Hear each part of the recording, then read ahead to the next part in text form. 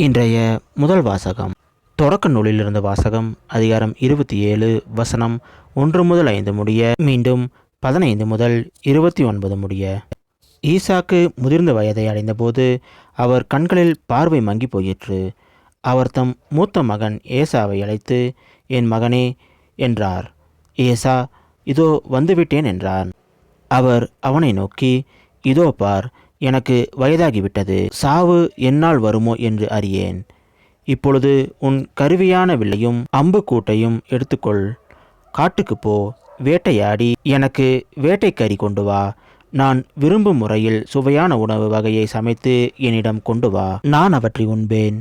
நான் சாகும் முன் உனக்கு மனமாற ஆசி வழங்குவேன் என்றார். ஈசாக்கு தம் மகன் ஏசாவிடம் பேசுவதை ரெபேக்கா கேட்டுக்கொண்டிருந்தார்.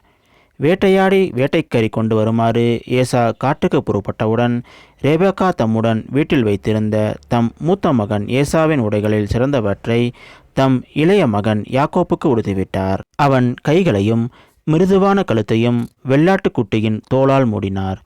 அவர் சுவையான உணவு வகைகளையும் தாம் சுட்ட அப்பங்களையும் தன் மகன் யாக்கோப்பின் கையில் கொடுத்தார். அவனும் அவற்றை தம் தந்தையிடம் எடுத்துச் சென்று அப்பா என்று அழைத்தான். அவரும் மறுமொழியாக, ஆம் மகனே, நீ எந்த மகன் என்று கேட்க, யாக்கோப்பு தம் தந்தையிடம், நான் தான் உங்கள் தலைப்பேரான ஏசா. நீங்கள் சொன்னவாறு செய்திருக்கிறேன். எழுந்து உட்கார்ந்து என் வேட்டை பதார்த்தங்களை உண்டு மனமாற எனக்கு ஆசி வழங்குங்கள் என்றான். ஈசா தன் மகனை நோக்கி, மகனே, இது உனக்கு இவ்வளவு விரைவில் எப்படி அகப்பட்டது என்று கேட்க, அவன், கடவுளாகிய ஆண்டவரால் தான் எனக்கு இது நிகழ்ந்தது என்றான். ஈசாக்கு யாக்கோப்பிடம், மகனே, அருகில் வா. நீ உண்மையிலே என் மகன் ஏசா தானா என்று நான் உன்னை தடவி பார்த்து தெரிந்து கொள்வேன் என்றார். யாக்கோப்பு தன் தந்தை அருகில் வந்தான். ஈசாக்கு அவனை தடவி பார்த்து, குரல் யாக்கோப்பின் குரல், ஆனால் கைகளோ ஏசாவின் கைகள் என்றார். அவன் கைகள் அவன் சகோதரன் ஏசாவின் கைகளைப் போல் ரோமம் அடர்ந்தவையாயிருந்ததால் அவனை அடையாளம் கண்டு கொள்ளவில்லை. எனவே அவனுக்கு ஆசி வழங்கினார். மீண்டும் அவர், நீ உண்மையிலேயே என் மகன் ஏசா தானா என்று வினவ, அவனும் ஆம் என்றான்.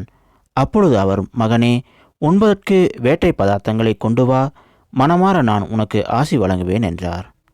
அவ்வாறே யாக்கோப்பு கொண்டு வர அவர் அதை உண்டார்.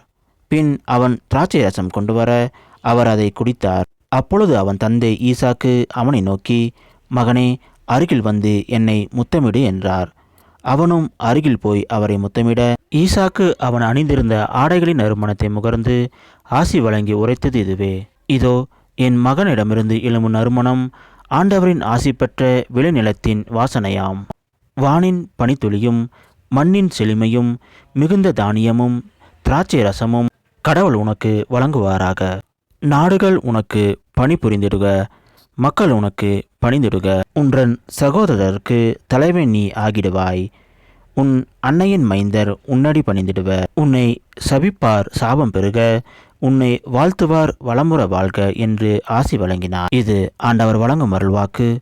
இறைவா, உமக்கு நன்றி. இன்றைய நற்செய்தி புனித மத்தேயு எழுதிய நற்செய்தியிலிருந்து வாசகம்.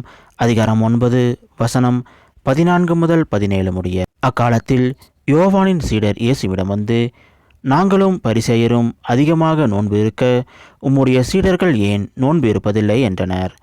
அதற்கு இயேசு அவர்களை நோக்கி, மணமகன் தங்களோடு இருக்கும் வரை மன விருந்தினர்கள் துக்கம் கொண்டாட முடியுமா?